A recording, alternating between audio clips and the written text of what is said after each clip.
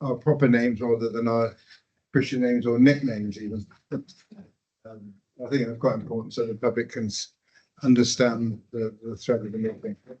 There are no fire alarms planned. Apparently, it's already happened this morning. So, if you hear it, it is a real alarm. So if you can outside. Toilets and badges for access to get into the main building to use the rooms are available on the side over there. So without any more ado, then item number 1, apologies for absence. I've received apologies from Councillor King, who sent Councillor Kinsey as a sub, and Councillor Locke, who sent Councillor Leather as a sub. Thank you very much. I've got apologies from Councillor Hackett, and I was trying to arrange a substitute, but apparently he's not turning up. Thank you very much.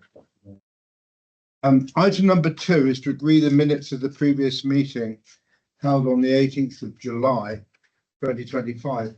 That seems like an age ago, and it is a long time ago. And of course, since that meeting, we've had an informal meeting of this committee on Teams, so that members were kept up to date with the delays that have actually been caused by central government. But I'm pleased to say that today we're ready to really kick the process off in a meaningful manner. So it's been a long time waiting, probably 18 months we've been waiting in limbo. There has been a lot of work going on behind the scenes, obviously, but to get really down to brass tacks, we've had to wait for the latest government guidance on local plan making. But so could I ask if there are any issue on the minutes, or whether you're prepared to move?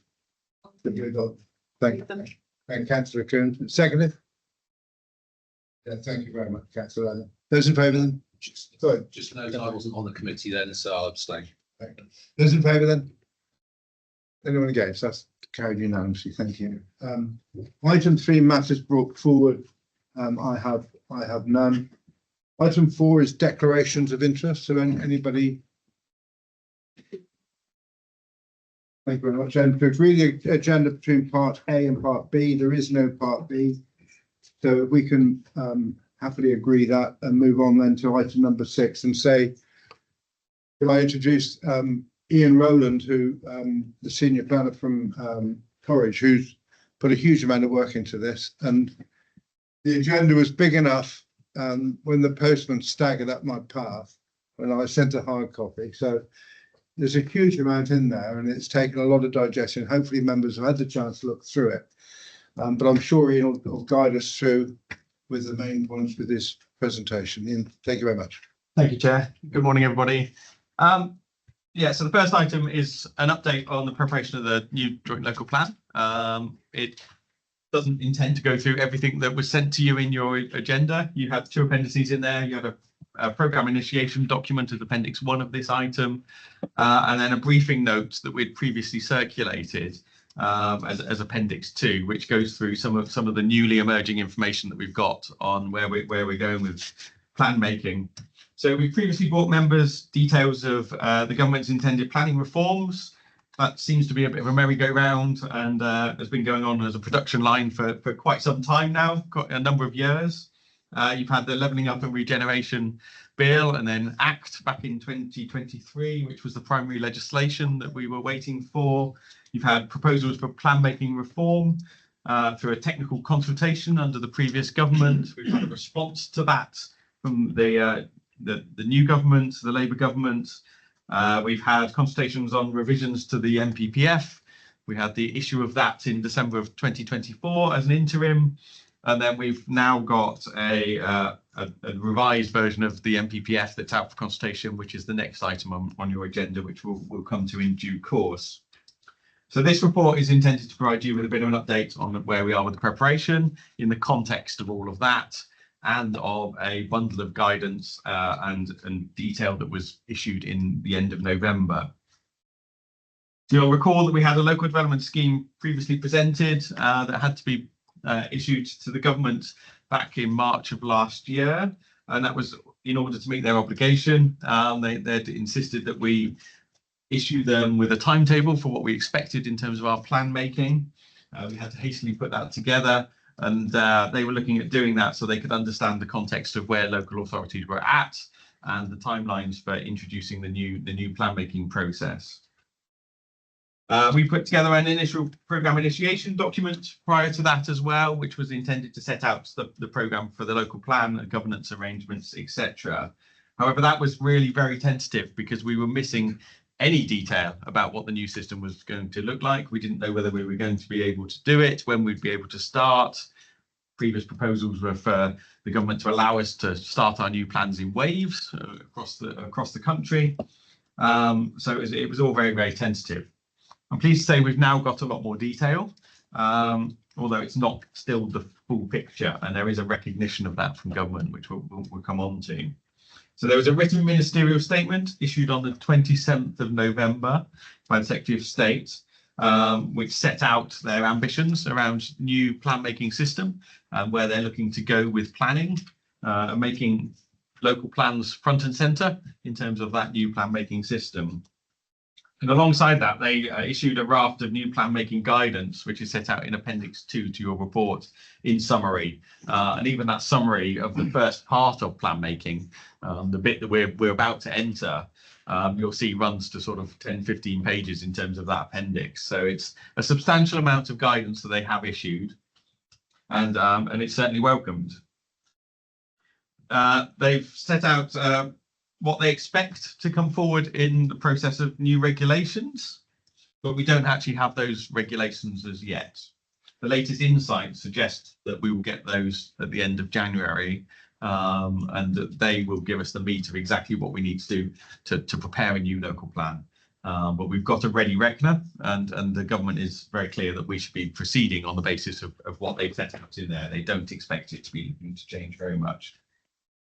So it does provide more certainty, but it's only in draft. That portfolio of guidance at the moment is draft, and it will remain so for a few months. But we're told that we should take it and work with it in terms of these early stages of plan preparation, and that we can move and flex a little bit if we need to as things come forward. And it's not the full portfolio of guidance as yet. We're missing detailed guidance on particularly on specific elements of evidence. We've had some detailed guidance around what was the HELA, which was the Housing and Economic Land Availability Assessment, which many of you will be familiar with.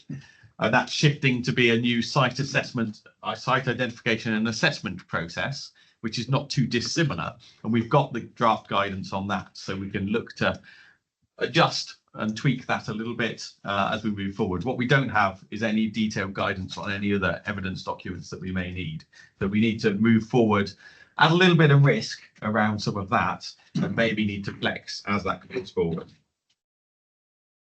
So it does provide much more certainty to us, though. Confirms a 30-month plan making programme, which we all expected. And that programme includes your plan making and your examination. And that's shouldered by a getting ready period and a post-adoption monitoring period. Importantly, the draft guidance sets out a lot of what's expected during this initial getting ready period. And it looks to consolidate that into one place. So we now know a lot more about that and what we need to be getting on with over the coming months. That getting ready phase is a minimum of 4 months. That's predicated by the need to give formal notice of your intention to commence plan making during that getting ready phase, and that notice period needs to be a minimum of 4 months. So that's the shortest that you can compress it. And it culminates in the completion and publication of a Gateway 1 self-assessment.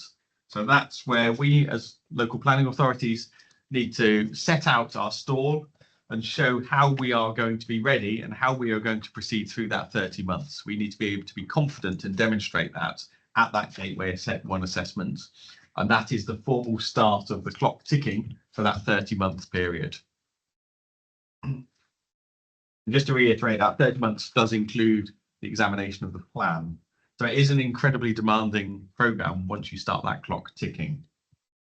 That makes the getting ready phase even more important. In terms of that, we're expected to make progress in 5 areas. That's set out at paragraph 4.12 of your report. We need to have set out a local plan timetable, so setting out those key milestones for what those different stages are going to be and how we're going to get through them. That includes 3 stages of public consultation. In fact, that's an increase over what the old plan making system was, which only required 2. And one of those new ones needs to be 8 weeks as well. So it's longer than some of the stuff that was in the previous plan making system. We need to have established our project management and governance arrangements. We're very well placed with that. We've got this committee set up. We were forward thinking in terms of lots of those elements.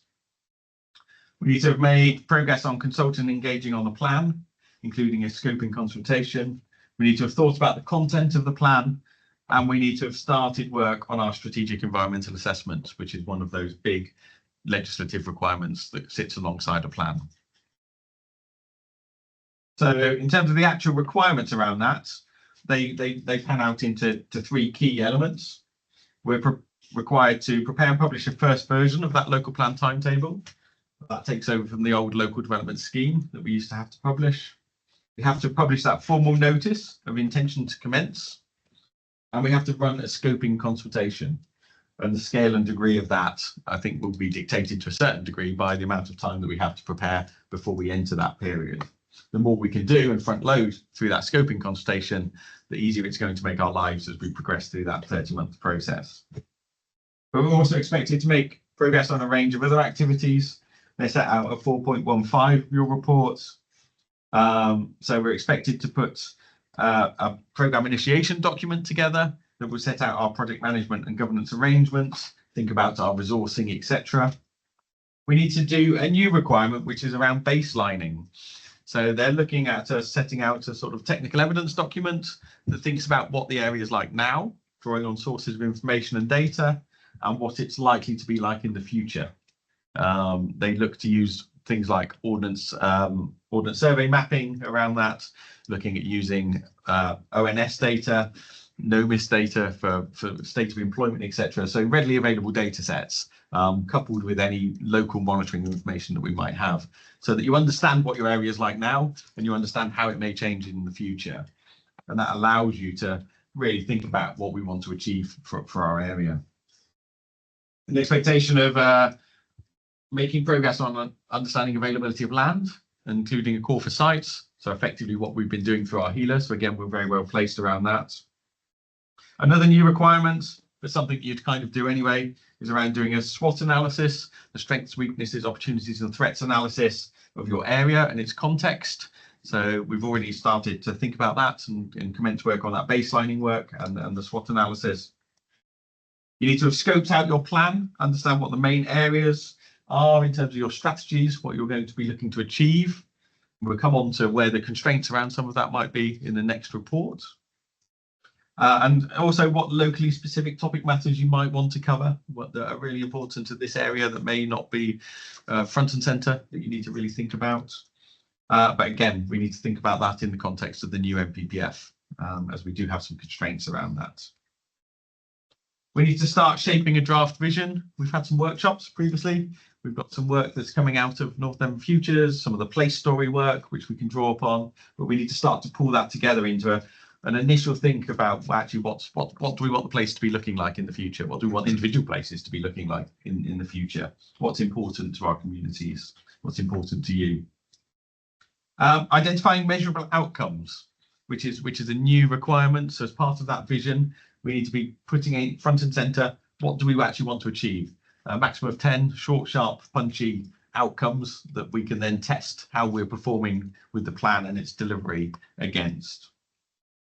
You need to start to understand the likely levels of development. We know from the government standard method what those housing numbers might look like. About 1,300 a year as it stands at the moment, much more than we've had previously. What we don't understand at the moment is what does that mean in terms of levels of infrastructure? What does that mean in terms of levels of employment and employment space? So we need to start working up that information, getting consultants on board to deliver us some work around that. There's more emphasis on job numbers and not just amount of land. So we need to understand where the economy is looking to go. What do we want to intervene in terms of the economy? Then start to scope out those high-level spatial options, and the topics might need specific policies. So we start to understand what that plan is starting to look like. And then we also need to scope and commence that strategic environmental assessment work, which sits alongside it and makes sure that we are taking into consideration those environmental aspects of the plan that could have harm or benefits to our environment. And there's a formal process associated to that that's set out in legislation. So progress has already been made on a number of these activities. We've talked a lot about quite a few of these before at committee. And as has been mentioned, we've not been standing still for the last 18 months. We've been doing a lot of this work, particularly around some of that site assessment and site identification work. We've now started to pull together a new programme initiation document that sets out details of that programme, the project management, the resourcing, the government. We've built upon that previous one that we had under the People in Place project, but there's also an obligation now that that's a mandatory requirement, and the Planning Advisory Service has worked to prepare a template and guidance notes. So what we've looked to do is take that along with our old one to dovetail together and prepare the skeleton of what will be our new programme initiation document, which is Appendix 1 of your document. And that'll be our live working document for how we're managing the plan. It'll set out our risk register. It'll make sure that we've got the appropriate resources in place, that we've got the appropriate programme in place, the staffing, etc. And it's intended to be kept under review as we go through the plan. It'll be something that I would hope this committee will keep an oversight of, and we'll come back to this committee. It doesn't have to be published in full to the public. There may be elements that are sensitive in there that we wouldn't necessarily want to be disclosing in full around some of the risks, for example, or some of the resourcing, but that's a matter for the two councils to consider whether they want to publish it in full, which they are entitled to do, or whether or not they wish to have a summary of that. And that can come forward at a later date. So it does provide detail where this is established, but it does still have gaps where we're still working it up, recognising that we only had this guidance at the end of November. It'll be developed over the coming months, and the expectation is we'll have a complete version of that PID by the time we get to that Gateway 1 assessment and that self-assessment, so that you can show and demonstrate to any stakeholders that we're ready to go, and we're going to have a good potential of hitting that 30 months. So when you review the PID, you'll see that we're in a strong position in terms of governance. Decisions a number of years ago to move to a joint committee. We've also got the thematic working groups in place. We've got our alignment to the Northern Futures action groups, etc.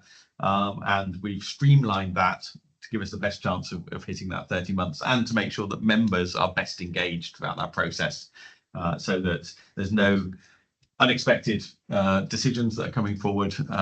We will also obviously engage more widely with other members and other stakeholders as we go through that process. There is a high-level stakeholder engagement plan as part of that PID as well. Sets out the kind of who, what, where, when, how we will look to engage with people. We will need to work that up into more of a detailed engagement plan and programme as we go forward. It sets out an indicative timeline in table 2. That's pages 28, 29 of your report, including an indication of publishing notice to start plan making in June 2026, and publishing a Gateway 1 self-assessment and commencing the 30-month formal plan making period in October 2026.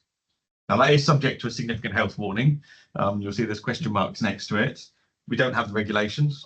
We don't have all of the guidance. The MDBF, decision-making policies are still in draft. We don't have a worked up programme as yet, but that's our best estimate of what seems reasonable given the ambition of this committee. But there's lots of unknowns, and the government recognises that. We were on a call yesterday with people from MHCLG, and they do acknowledge that there is a lot of uncertainty, but that we're to make best endeavours to progress at pace. That's the expectation from the government. And that timing, unknown to us when we put this together in terms of those dates, was it fits perfectly with a recently announced funding opportunity. There's new system plan funding. We got details of that literally the day that we issued the reports. And we have an extra recommendation that we're going to add to this report around that, if we may, Chair. Hey, I don't know if we can bring up the presentation.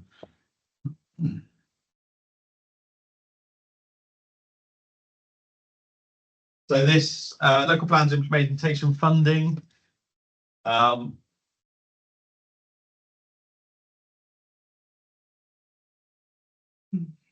move that slide.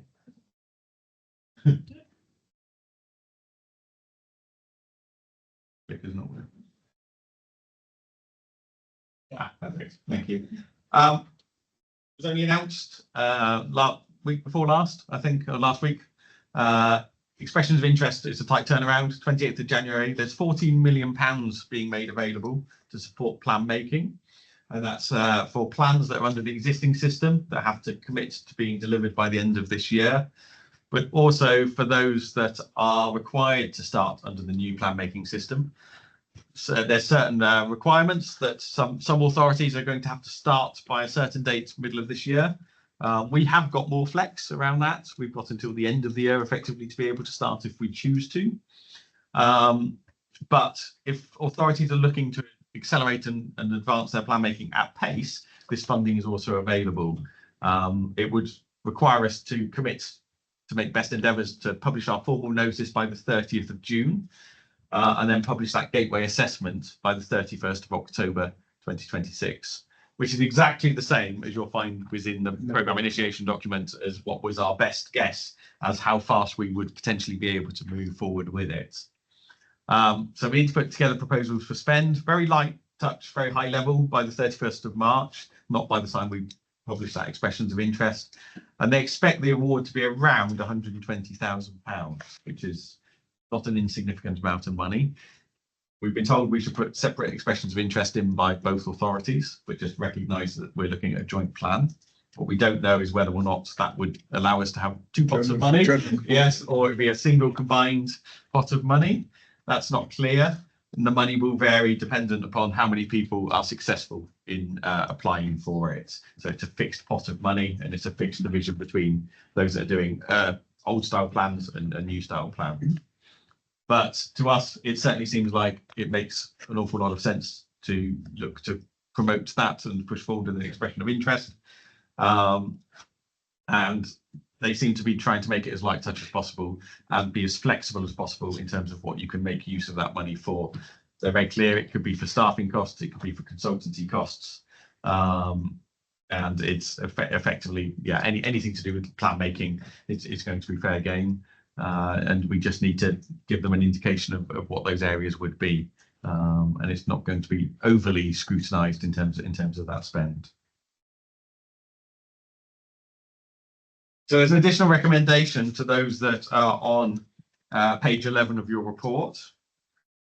And that is to support the submission of an expression of interest by each council for new system plan funding with a commitment to work towards publishing the formal notice by 30th of June and publishing a Gateway 1 assessment by the 31st of October 2026. The reason for this recommendation is that we need to have that commitment from the council in terms of that expression of interest that we are comfortable in working towards those dates. So that supplements the other three recommendations you have in your report. Note the emerging detail of the new plan making system, which is set out in your appendix 2. Enable officers to update and continually progress activities deemed to be necessary in this getting ready phase of plan making, including development of a detailed plan making programme. And recognise the initial draft of the people in place project initiation document at appendix 1. I'll leave it there, Chair. I'm happy to take any questions. Thank you, Ian. Good. I mean, I'm a bit bemused, I think, by the word recognises. Did we not? I know it's a living document, but did we not actually ought to adopt it so that it's it's clear that we've been through it and we agree with it, rather than just recognise it, and then it can be shared with all our colleagues as well on both councils, because it does explain how member involvement and the governance. I think it is important that we share that with our colleagues as well. So it's just the word recognise, and I just think we should probably adopt it if members would agree that today. But anyway, let me ask for any questions or any comments.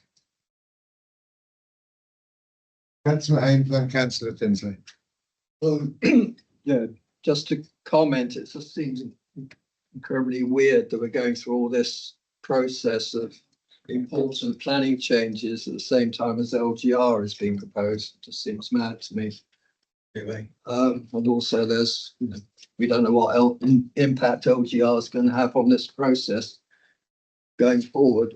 And more specifically on neighbourhood plans. So we're doing one at Northern, we're at the examination process. So if one assumes it goes to a referendum, then it won't form part of the local plan, will it? It will just, according to this on page 6, it's just its provisions will be taken account of.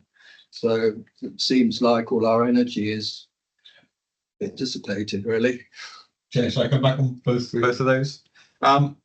In terms of local government reorganisation, we're told to continue to plan make and do our best. There is a recognition, and even yesterday on this call around this funding, the senior person responsible for sort of plan making was on there and was very clear that you've just got to try and do the best you can. They understand that there's a lot of uncertainty there.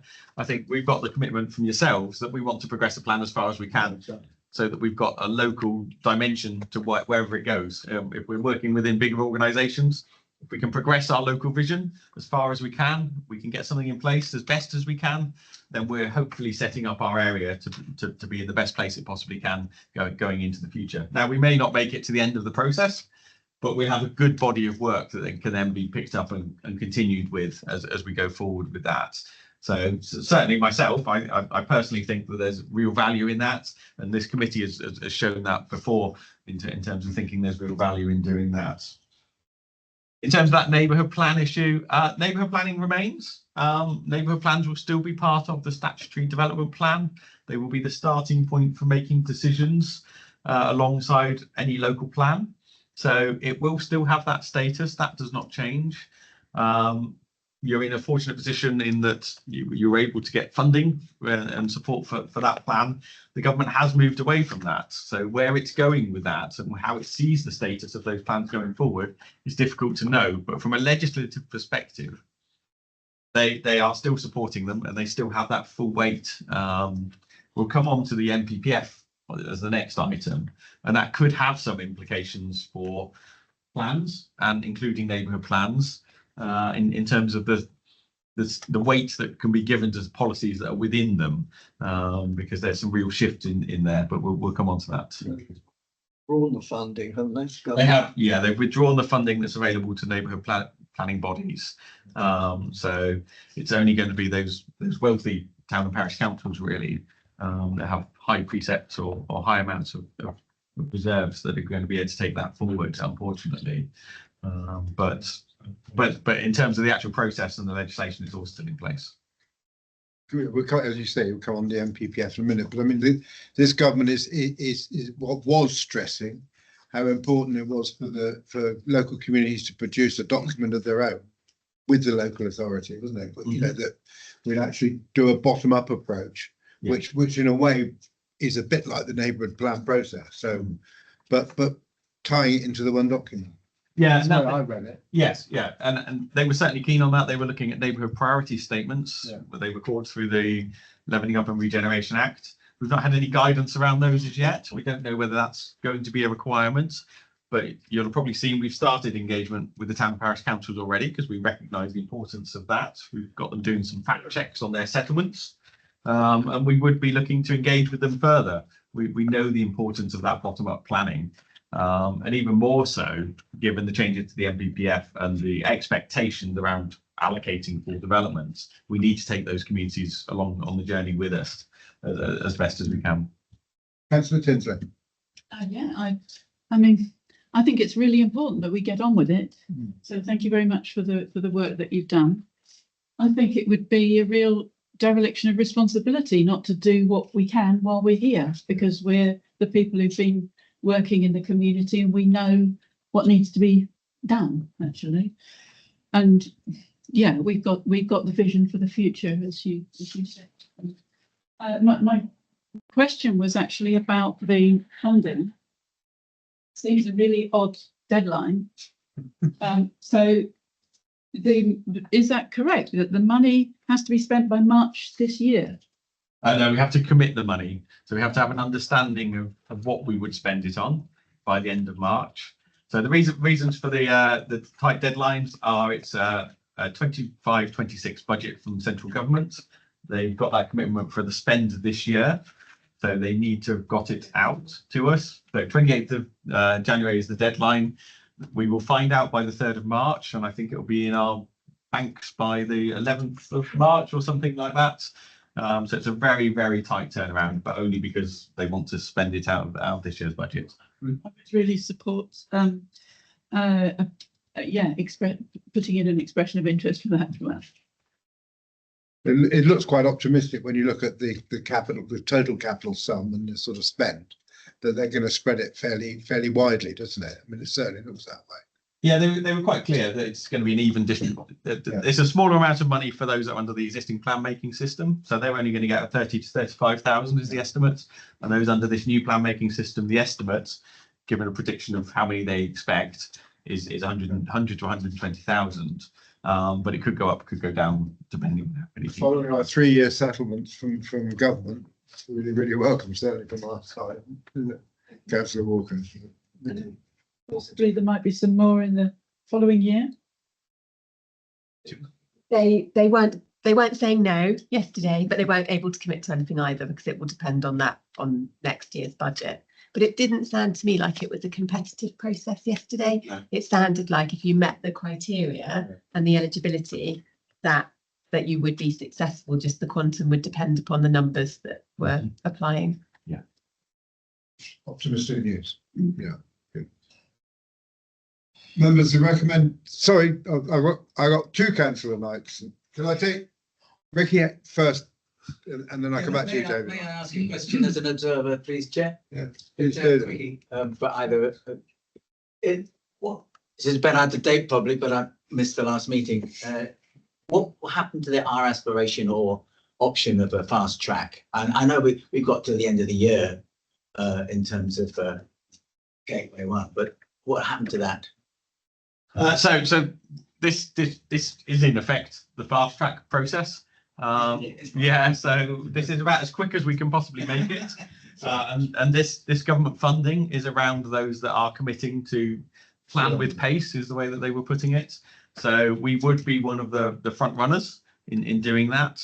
There are authorities, by a quirk of what new regulations will be and the age of their plan and where their housing numbers are, that we've got newer plans than ours, bizarrely, that would have to start by June of this year. And they have to do that. We would be choosing to do that. We would have until the end of the year, effectively, I think, to start that notice of intent if we wish to.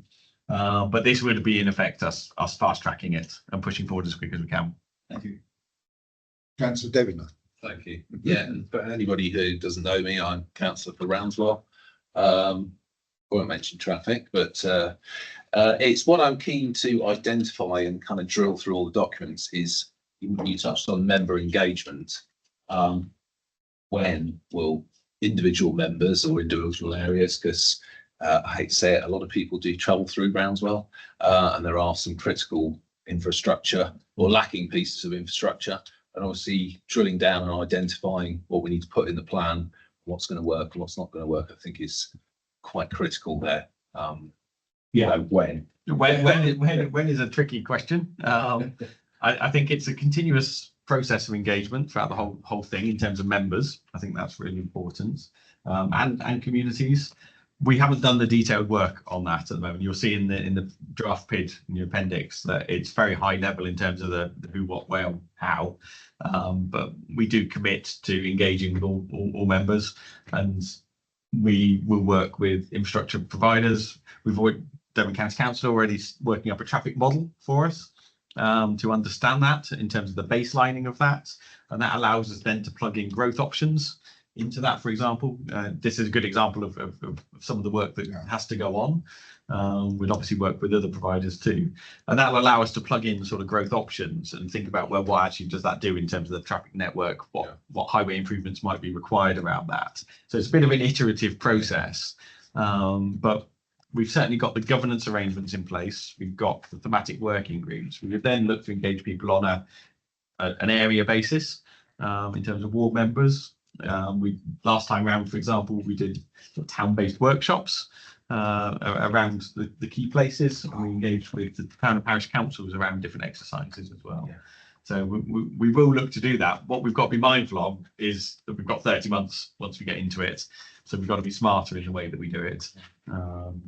And we'll come on to the MPPF, which is a little bit different in terms of what it's expecting from us in terms of a plan. One thing I did mention, I mentioned about us having going back the last formal meeting, which was July, we had an informal Teams meeting of this committee, but there were 2 thematic working groups that really made a big impression on the members, and I hope that that's going to be used as an example to roll out through this process.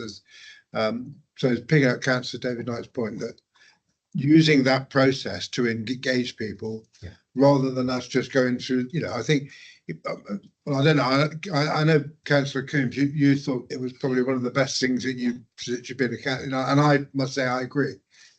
Having them framed in that way really made members engage rather than us just going through planning policies once we've got them in draft. So making sure they're involved in the springtime of this year, I think is going to be really important. And I know it's resource hungry to arrange them, but I hope that we can find the resource and the ability to get members engaged now before we get formally going again. So can I just take Councillor Bell at the back, and then I'll come back to Councillor Hames. Thank you, Chair. Since Councillor Knight had a bite of the cherry, I thought I'd have a quick go. It was only to answer Councillor Hames' point, actually, regarding LGR. We've had a couple of discussions at county, quite informally, really, but there is an expectation the existing local plans will be safeguarded and protected, but there's a feeling that there will be rolled into at some point in the future a larger local plan. How a local plan for the entire Devon would actually look is nightmarish. I can tell you, I remember them. Yes. You've had that nightmare, and of course, at the point, assuming that this local plan is completed and the process goes into it, we would then be we would have the longest time remaining within our local plan. We'll have a local plan that extends up until 2045. So at some point they would certainly want to revisit that. That's the information I've had so far, but of course it's kind of nothing is confirmed. I think those of us that lived under the heel of the old county structure plan still bear the bruises and scars. So it was not the easiest of documents, and I don't know. I'm in danger of getting into an LGR debate, aren't I? Well, not going. But yeah, that's why. I mean, I completely agree. It's important to get as far as we can with this process, so that it's irreversible. At least, if not for a generation, but certainly a good half generation to see into the future. I take Councillor Hames and Councillor Walker. Yeah, thank you, Councillor Bell, for that clarification. Yeah, it's just a small point about thematic groups. We've had 2 climate ones. We've had good discussions, but I've yet to see any notes or minutes. I just hope that you've kept minutes, which would be nice that they could be sent around as well. Yeah, we do have notes. Terms of reference suggest that we don't take formal minutes because they're meant to be more working groups. But we do have notes, and yeah, I'll take that away. We can get those circulated. Yeah. Thinking about sort of the consultation with our infrastructure stakeholders, and we've mentioned highways already. Is there anything in the? Do we think there's going to be anything in the legislation that means if there are other stakeholders that we really need input from that perhaps in the past we haven't got input from, that we can effectively force their hand? I'm thinking of South West Water in particular, possibly also GP services. They didn't get involved in the last local plan process, and now we're getting, oh, well, the sewers can't take the house building and the GPs are oversubscribed, and people don't understand that, well, actually they didn't ask for anything in the local plan. So do we have any mechanisms, or are we going to try and put any mechanisms in place to make sure that every stakeholder we need to put input into the local plan will do so? Yeah, if I may. Please do it. Yeah, so there are tools that are proposed through the Levelling Up and Regeneration Act, I think it was. I can't quite keep up with exactly what bit of legislation is intended to bring these things in. It would be a backstop of involvement with key stakeholders would require them to. So you'd be able to sort of serve notice on them that you need information. Now, I would hope it wouldn't come to that. We have now got much better working relationships, I think, with the likes of South West Water, NHS in terms of infrastructure have been much more engaged in recent years. I think they've realised more strategically that there's value in being engaged because they can get resourcing from it. And we've been successful in receiving monies towards district hospital and also surgery improvements through Section 106 agreements. So it was frustrating last time round. Because we did go to all of those surgeries and I went to quite a number of those meetings myself and we didn't get that engagement or that recognition. And strategically, we were told there wasn't a need for any of that. And in fact, even now, we still get consultation responses back that there is capacity in terms of physical capacity at surgeries and such like. It's just that there isn't the GPs or there isn't the actual appointments rather than the actual physical capacity. And obviously as a planning service, we can only look at land use and in terms of physical capacities rather than paying for GPs themselves. But I think reassure you that yes, we're on it. We understand the importance of infrastructure. It's increasingly important, I think, in terms of plan making and an expectation of understanding that. And the new MPPF emphasises that as well. Can I just come in also? So I think Ian mentioned earlier about Northern Devon Futures and the thematic working groups at Northern Devon Futures aligning with the thematic working groups of members of Joint Planning Policy Committee. And one of the things we've been trying to do at Northern Devon Futures is to get our key partners around that table, really understanding what the local plan can do, getting them to see it far beyond the planning document and actually something that's really important to them. And I think there are a number of the organisations that Ian just mentioned that are around that table, and they are wanting to get involved in quite a different way to the previous local plan. So I'm quite hopeful that we can also use those thematic working group at Futures to work really closely with the thematic working groups of members at Joint Planning Policy Committee to start to get to grips with those infrastructure requirements. Thanks. Chair, say on that. Nice to see you, David. Sorry, Councillor Kane. Members, the recommendations are set out in paragraph 2.1. Would you be happy? Would somebody like to propose those with the addition of could we change the recognise to adopt so that we can actually share that PID document? Or PID is a document, isn't it? So, yeah. Add to the additional recommendation. Yeah, I said that at the beginning. Sorry. Yeah. Would somebody like to move those? They're moved by Councillor, seconded by Councillor James. Those in favour? Anyone against? That is carried. Thank you very much indeed. The next item on the agenda is item number 7, which is the draft. How many drafts and changes have we had over the last 10 years? Draft National Planning Policy. This was meant to be a lot easier than the old individual PPGs, wasn't it? So,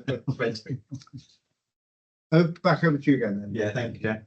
Okay, could we get the presentation up? Thank you, Chair. I'm picking this item up on behalf of Elizabeth D, my counterpart at North Devon, who's unfortunately unable to be with us today. So do bear with me a little bit in terms of going through this. Pick a word.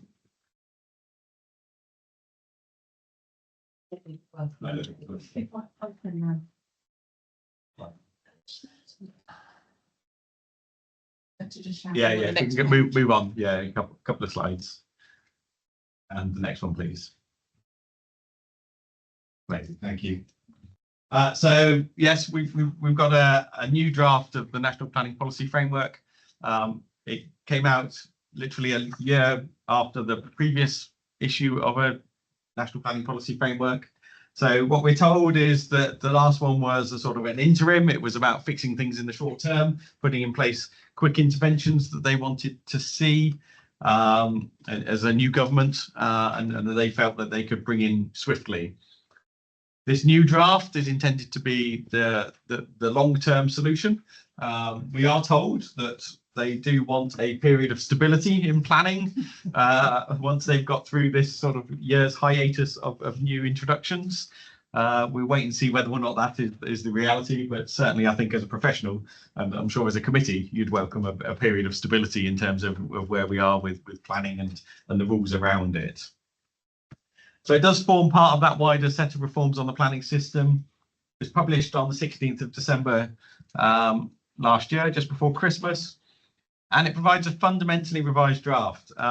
We're told it's the biggest change since it was introduced back in 2012, both in terms of its structure and in terms of its policy content. In doing so, even though the government is looking for shorter, sharper, more focused, it increases from 80 to 125 pages. So a significantly larger document, but there's a lot of new content in there. Managed to click it. So the consultation, it's significant. It provides us with a draft of the NPPF, but also a much wider consultation document. And it's important that you do read that wider consultation document, as there is elements in there and proposals in there that are not within the core new draft NPPF, and some key ones that are in there as well, that they've not fully integrated into there. It's unclear why some of those are not in there when they seem to be firm proposals, but you do need to read both of those documents together. We've not managed to go through them in full detail as yet. We have a series of events organised by MHCLG and by PAS that are coming up over the coming next couple of weeks, which will give us a deep dive into those and help us tease out what's likely to be the local issues. We've got some which we'll bring to you as part of this presentation, and would certainly welcome your insights. Now, unhelpfully, it sets out a series of 225 consultation questions. Personally, I think that's wholly unreasonable in terms of a consultation and makes it almost impossible to respond in full. And even some of those, there's sub-questions that take it up closer to 300 odd questions. That's not a meaningful engagement exercise in my perspective. It does seek views on the content of that draft NPPF, but also on a whole range of those wider proposals, as I mentioned. Given the scope of that consultation and the number of questions, we're going to need to focus in terms of what our response looks like. We're not going to be able to put a meaningful response to all of those questions, and I'd certainly welcome members' support in that, and that we target the questions that we feel are most important in terms of our local area and where that impact is going to be felt. We hear that they're genuinely in listening mode, and that they genuinely want to hear the views of the planning industry and also local planning authorities to really understand, and that they're not set in stone in terms of their proposals. They did, when we've heard them on presentations, really genuinely seem to be saying that, and that they are open to understanding the implications of some of these changes, because they are quite structural and they are quite significant in places.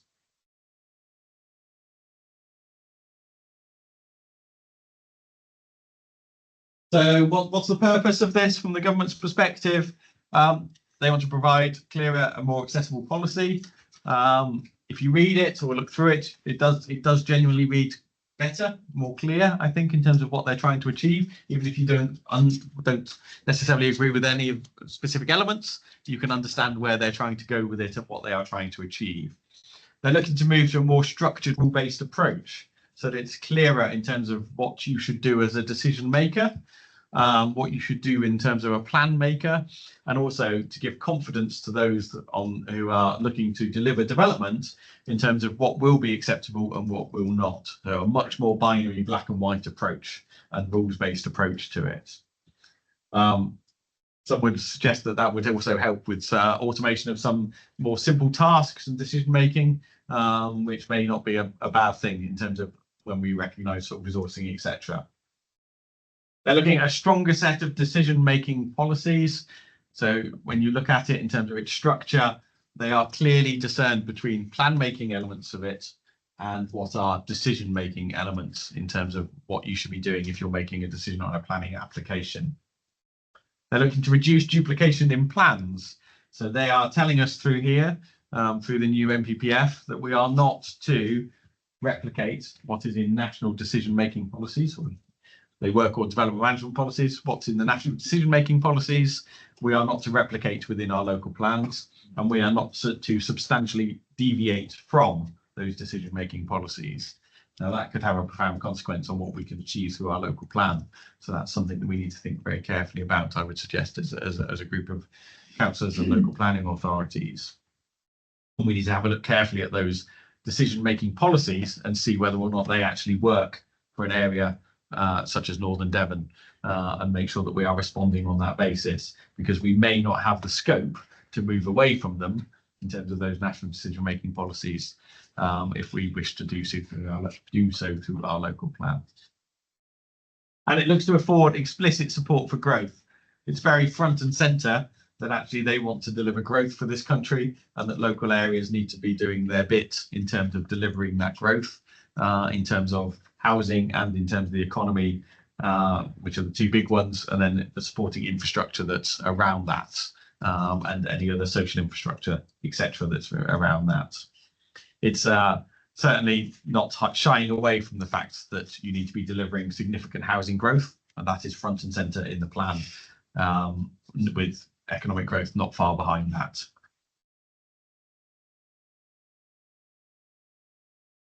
So as I say, the principles are, it restructures it into plan making and decision making policies. Previously, where it was just a blend of paragraphs, and you would read it as a chapter. It's still in chapters that are topic based, but it now has very clear policy titles, as we would in a local plan. It's very clear that they are policies and they're a supporting text, very much like a local plan would be. It's intended to complement our new plan making system, sets out some of the structure around that, and complements some of what we've just been talking about through the new guidance that's coming out and the expectations around regulations for preparing new local plans.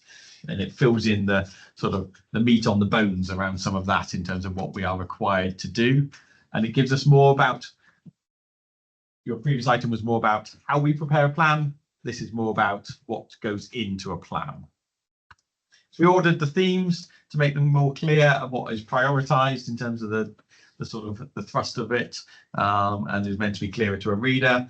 For example, it's pulled out coastal change and re-emphasised that around climate change, etc., whereas it was previously muddled in with flood risk a little bit more. So they've tried to make it clearer to the reader and clearer about what their priorities are as a government, and therefore what we need to be achieving at a local level.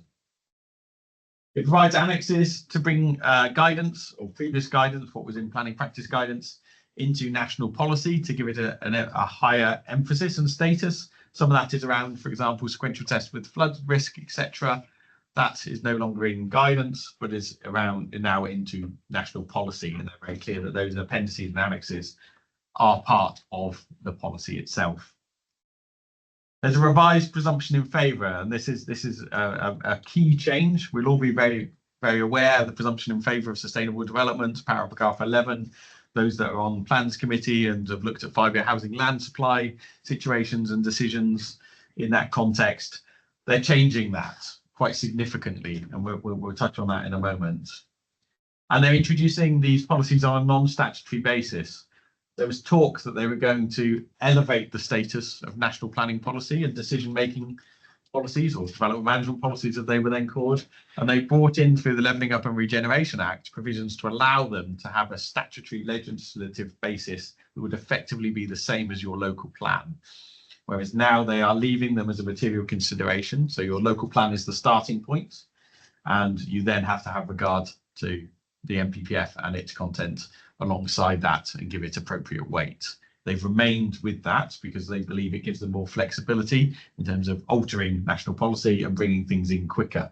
They don't have to carry out a strategic environmental assessment, for example, if they don't have it on a statutory basis, so they can be rapid. Now, a little bit tongue-in-cheek, I would suggest that seems a bit unreasonable when we have to do that alongside our local plan, but that is their process that they've chosen.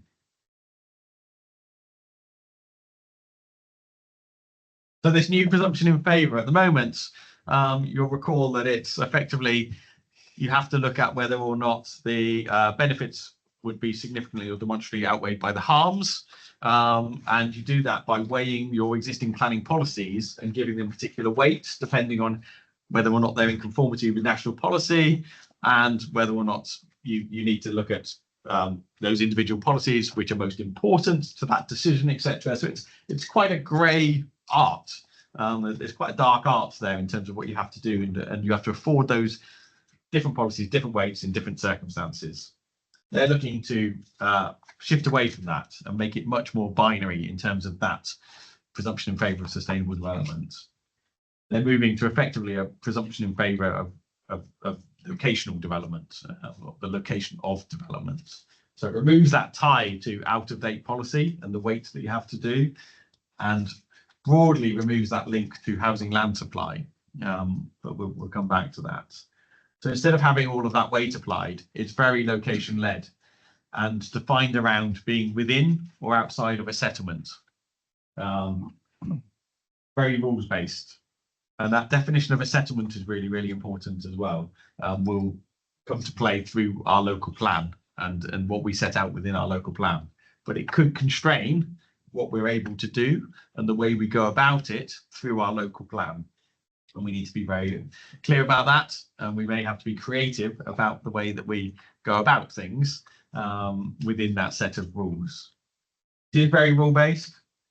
And this presumption is now triggered by where development is located within a settlement and not by your plan status or how your policy conforms with national policy.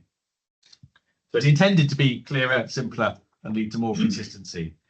As a professional, when I read it, I'm concerned that it doesn't really look at sustainable development. It looks at that binary of if you're in a settlement, it's therefore deemed to be sustainable, whatever it is and wherever it is within that settlement. And it doesn't take account of that nuance of, well, where was it connected? What's in that settlement? Should that scale of development or that form of development be appropriate to that place? It's all about that binary status of within or without.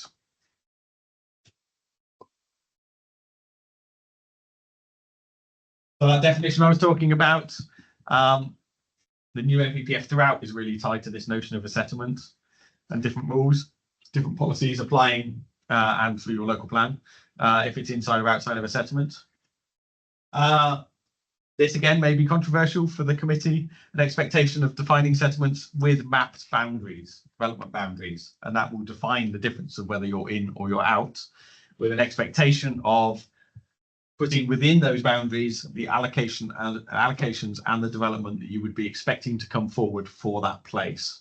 So there's a much clearer expectation that you are planning those places out for the development that's required to meet your needs through your plan and setting that within those defined boundaries. Now, we've got different views on that and how we go about that. We've got different approaches in our plan, depending on the places, but also depending on the hierarchy of places and how low down you get. We've got rural settlements at the moment that we define through criteria. How are we going to deal with that sort of approach? We may have to think differently about the way we do that. There could be a lot more work associated to that. And there's a big issue too about providing affordable or local needs housing if it's all within a boundary. Yeah. The draft definition of a settlement includes cities, towns, villages, and other predominantly built up areas, whatever they may be. And again, there's some question around that definition of predominantly built up areas to me. Should that include a definition that includes, for example, housing, or is predominantly housing in terms of a built up area? I think they've missed a trick in terms of that at the moment. You could end up with, it's not so much for North Devon and Torwich, but previously developed large sites in the countryside that aren't housing that could loophole into that definition at the moment. So I think we may need to think about that. And it explicitly excludes hamlets and scattered groups of houses at the moment as being defined as a settlement. Now there will be space for thinking about how you define those through your local plan, as it does talk about that too, about what a settlement is. So you could have some flex around that, but in terms of that binary starting point, it's very clear around what they are and what they aren't. Again, It's interesting when ham is the word for settlement anyway in Anglo-Saxon. There we go. yes, yeah. So it's There's stagnating rural areas again that we're not having. Well, That's it. I'd welcome thoughts on some of this at the end of the presentation that we can feed into our response. So within settlements, there's that presumption that development should be approved unless benefits are substantially outweighed by the harms. So that still remains, but that's about then looking at significant policies within the MPPF and within your local plan, really. But the principle is, if it's in that boundary, the starting point should be you're looking to approve it effectively in terms of that development. It's not at our costs. You can see there's a list of other things. Allocations are increased in terms of their status. So if someone's trying to do something on an allocation that is not in line with your plan and what you've got planned for that land, then you can push back on that and push back hard, which I think is a really important aspect. And we have seen allocations coming forward not in the form that we necessarily wanted to see. The same with some safeguarded elements of land. That could be employment land, for example. Losses of protected open spaces and green spaces. Unacceptable flood risk, and that's a change in terms of flood risk. They're now defining that so that it's a little bit looser to allow some development where you can manage that flood risk compared to where you were previously. And then you can look around things like heritage, poor design, bizarrely loss of cemetery spaces or flood storage as a new introduction, very explicit within there. The last MPPF had mansard roofs that were popped in as a random element. This time it's cemetery and burial space. And they're key policies that would, there's an element of key policies that would require refusal. An example of that key policy would be around hot food takeaways near schools, example, where there's an explicit element within national policy says that you should be refusing those proposals and not allowing them, for example. And there's a few other elements in there that are around that. Outside of settlements, there again, be very binary with this. It's a closed list of what's acceptable. It's not unfamiliar, I don't think, in terms of what we see on that list. It's the things that we would normally see through our local plan and through existing national policy, but it's very binary about it. And you'll see there are some extra bits in there, well-connected around development around well-connected stations, logistical needs in terms of sort of distribution and transport of goods, for example. But importantly, it's very, very clear if it's not on the list, it will only be allowed in exceptional circumstances. So they're saying thou shalt not be looking outside of those boundaries except for the things that are there. And they do allow rural exception sites, for example, affordable housing exception sites, but we all know the challenges with bringing those forward. And it's still clear that isolated homes should be refused unless for those particular specific purposes. So agricultural, rural workers dwellings, those sorts of things, exceptional design or conversion of redundant rural buildings, for example, those elements are still all in there. But those wider flexibilities that you may wish to be looking into a plan are, I will be honest, going to look like they're going to be more challenging potentially to bring in. And those criteria-based policies are going to be more challenging if we've got particular things we want to be looking to achieve. In terms of housing delivery or lack of by the land supply housing delivery test, no longer automatically triggers this tilted balance where you have to weigh things up. What it does do is enables the release of land for housing outside of settlements to meet an evidenced unmet need.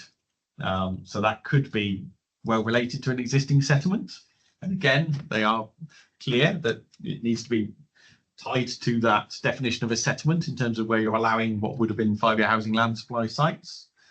And at a scale that can be accommodated, taking into account the availability of infrastructure within that specific place. So that's about trying to make sure that it's a proportionate scale, really. It doesn't talk about proportionate scale in terms of the actual physical scale. It talks about actually can it be accommodated by that infrastructure of that place. So again, very different approach and thinking around some of that. Affordable housing, they're clear that that's front and centre, but there are some concerns around some of the wider bits, which I'll come onto on this slide. Yeah, so clearer, stronger rules around viability. If you test it at the plan level and it says that it's a certain percentage and a certain mix of affordable housing, then they should be looking to deliver that, unless they can demonstrate very clearly at the application level that there was unexpected aspects that came up as part of that proposal. Otherwise, they should be shifting away from it. That's to try and move away from this merry-go-round of viability appraisals, and stronger rules around if you've got agreed at a planning application stage, you shouldn't really be coming back through a section 73 application to vary that, except in, again, very exceptional circumstances. For us, a real concern as an area I would suggest, and I think we welcome the support for small to medium enterprises, and we shouldn't lose sight of that, though, is that proposals for medium-sized schemes, and they're quite large, 10 to 49 homes or up to 2.5 hectares in terms of a site, to only provide financial contributions toward affordable housing, rather than actually having to deliver that on the site. Now, we know what the challenges are in terms of using those financial contributions, and if you're doing that in rural settlements, where it's really challenging to deliver exception sites, and you've not got other sites coming forward in terms of speculative housing sites, then that could be a real challenge, I think, in terms of a delivery of affordable housing. Not maybe so difficult for our towns, but again, we see a lot of our affordable housing delivered on schemes of that sort of size as a proportion of market housing. So I think we welcome the support for SMEs, but we question what's the impact of that in terms of our area and the morality of our area around that. So I really welcome members' views on that particular point, I think, once we get into the discussion. Much stronger emphasis on social rent supports our position, where we've had a strong emphasis on that previously. Inclusion of military homes and homes for military set at military rents within definition. I don't know whether for North Devon, whether that could be something that would be of importance or not. We may wish to show our support for that. And another crucial element that I think really concerns me for an area like ours, because we all know that it's not just about affordable housing in terms of meeting our housing needs for our communities. It's about the types of housing and the sizes of housing and the mix of housing that comes forward in terms of that market housing too. And often because we've got such a market that draws in those from elsewhere looking to move to the area, who have got a lot of money, who are able to actually spend on properties. There's a bias towards delivering larger detached homes, often in schemes. They're suggesting that if you meet the affordable housing requirements on a specific proposal, and there's more liberal flex in terms of that wider housing market mix. So we've got quite strong policies that suggest a proportion should be 2-bed, 3-bed, 4-bed. There's a suggestion we should be moving away from that, and we should allow the market to deliver what they wish in terms of that market housing element. But we know that there's challenges in terms of those in our communities that are eligible or not eligible for affordable housing, but wouldn't be able to meet that market housing need if we didn't have those smaller units. So interestingly enough, I mean, we've got evidence on North Devon side anyway that those developers that are using the Headman mix have been selling better, yes, than those that have gone for the very big 5-bedroom units. Yeah, we've heard the same. Yeah. And I mean, if the market picks up, they'll be back into 5-bedroom detached units again, Yeah, for sure. yeah. Yeah.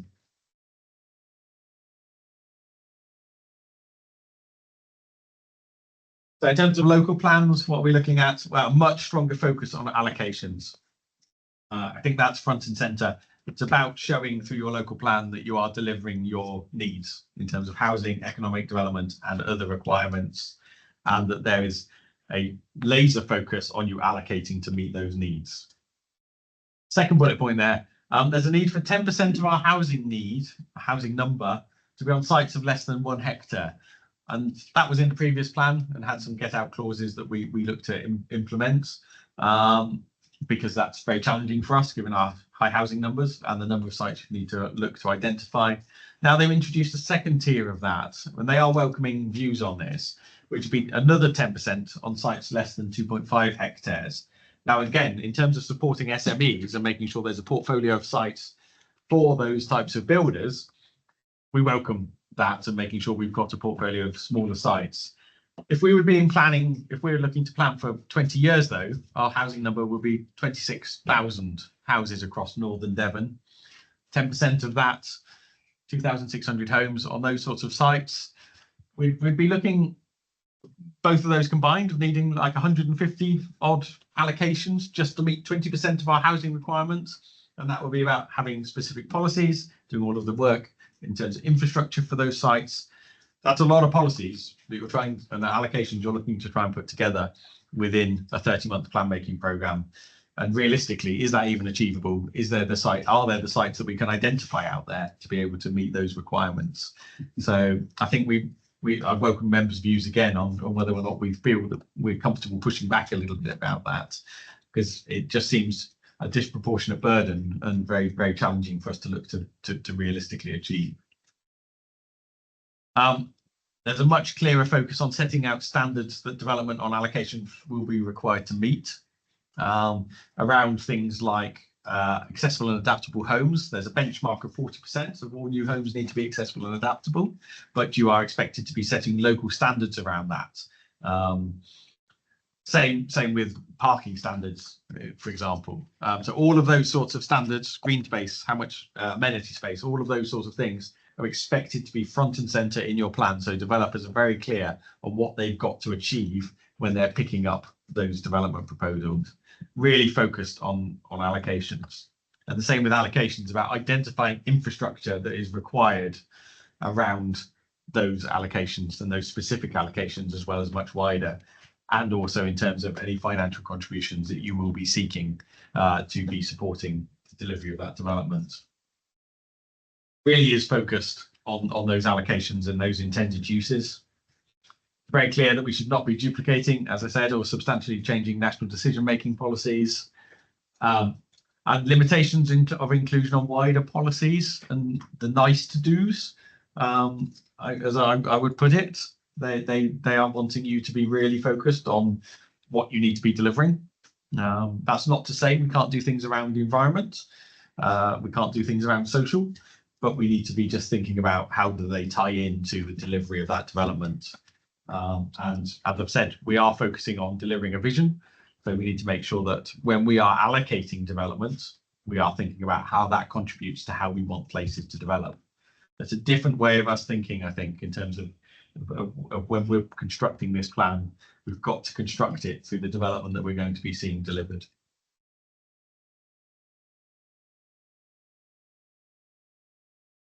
So some potential concerns that we've picked up already, when I've touched on those, is the focus on settlements and boundaries a concern? Does it limit flexibility? Do we need to push back on that? Are there concerns around locations being the focus rather than actually a broader portfolio and pot of aspects of development in terms of what defines sustainable development? The thoughts on restricting affordable housing on medium sites, is there problems with that being rural proofed? Concerns around those small scale allocations, for example, and limitations around applying local processes and local approaches to local issues. Are we concerned about the barriers potentially to that? So we'll maybe come back to this in a minute. Any thoughts or concerns or issues is something that I think is what I would like to get out of this session. And then I'll just leave up on the screen the recommendations that you've got in the report, Chair. Ian, thank you very much. A really, really good presentation. I think your slides have actually highlighted all the issues I think that members would have picked out of the document as well. So, members, over to you. Thank you. While I was wading through the document, and it was a wade, I noted that references to specialist supported housing is somewhat limited to older people. There's quite a considerable amount about the traveller community and other vulnerable clients. Now, considering there's new housing legislation that's just come out requiring authorities to develop a supported housing strategy, I don't think these, and then I read, and I wrote it down, the limitation on inclusion of wider policies. Is this going to be a challenge for us about things like extra care housing, about specialist housing for clients with learning disabilities, all the whole gamut of people needing specialist housing? I welcome the suggestion that we have housing that is adaptable for people with disability and access issues, I think that's really great, because I've been banging on about lifetime homes in Torridge for some time. But I'm really concerned that the two things aren't talking to each other about, and we are, instead of coming together, we are actually driving a wedge between new housing legislation and new planning guidance. And I'd just like your take on that. Ian, but just before you answer that, could I ask Graham Bell, because obviously he's our housing lead, and I'm sure Yeah, so I imagine he would be stressing that. Various matters, but this is just pick up on Councillor Hodgson's point, which is excellent. We're talking about a 40% accessible and adaptable homes.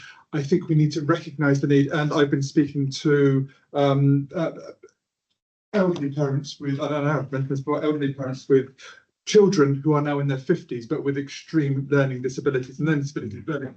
It's going to be many times, but we need to consider that we need, with 40% accessible and adaptable, we need to have an element, perhaps 5 or 5% extreme adaptable and accessible homes. We need to be thinking of how we, as Councillor Hodgson says, keep people in their own homes, and I think that's very much within the local plan we should be looking at. I think we need to pick up those points on both those councils. So, Helen Blumwater. Yeah, just to add to that, I think we do need to push the government that not everybody who requires an adapted home is elderly. I mean, going through sort of Devon Home Choice things and looking at if you require 3 steps or less, the amount of homes that are not for over 55s is almost non-existent. So I think we need to bring that out. I totally agree with that. Yeah, Chair, there were elements of it in there around the touch on some of those bits, but I totally agree. I think that there's a clear focus in terms of even the ordering, in terms of if you look at policy H01 assessing the need for homes, older people is front and centre in terms of that. It touches on looked after children, specialist community-based accommodation, but I'm not really that clear on exactly what that is. I don't think that's exactly. Okay. There you go. Yeah. The prison, maybe. Okay. I think that comment about other specialist Yeah. is non-specific. Yeah. And leaves you huge gaps in what planning authorities are proposing. I think we can So certainly. I think we need to feed be that in. quite robust about the needs, the wider needs of our communities. Without starting a debate about DM23 and DM24, the very crux of our plan making in the past has been to agree a hierarchy and work out then criteria that fit them generally, but then go through them one by one to make sure that we're specific. We've now got a situation where hamlets or rural settlements that are in our local plan at the moment, and a lot of smaller villages, I would argue perhaps, will be excluded with this new guidance, wouldn't they?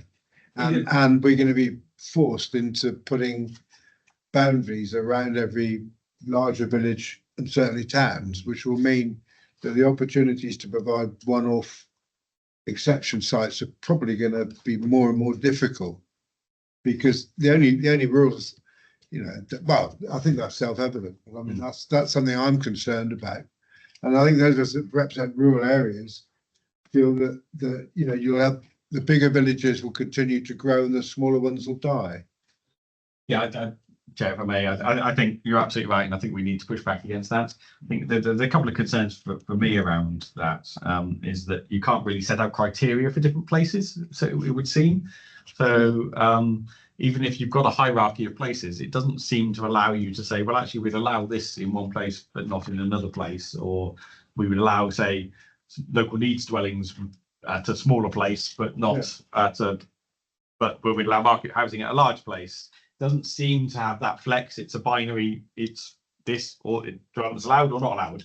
And you're absolutely right. How do we allow, for example, local needs dwellings at smaller places to allow them to grow, or market houses even in smaller places? We would have to put boundaries around them, but then you can't define the sites because they often come on the edge of those places. And they wouldn't fit within the exception sites policy for affordable housing, and rightly so. So there seems to be fall between the cracks elements of it that's not been rural proofed. So I'm getting the vibe that we need to push back hard on that. Councillor Coombs and then Councillor James Knight. It's more of a comment, but reading through it and then going to the past session as well, it's, as it seems with this government, they don't seem to recognise rural areas at all and what we need, and we need to put that back through our questions and our answers. And there just seems to be a lot around transport hubs, and it being based around transport hubs. Well, you know, we have one small train station. They haven't really recognised our areas at all. That's certainly true. Councillor Tinsley. Yes, I just wondered whether there's any mention of new towns. And I was also thinking, because I know there was in the past, but also linked to that, what about new villages? Thinking about maybe building on smaller settlements. Yeah, I think that's a fair point too.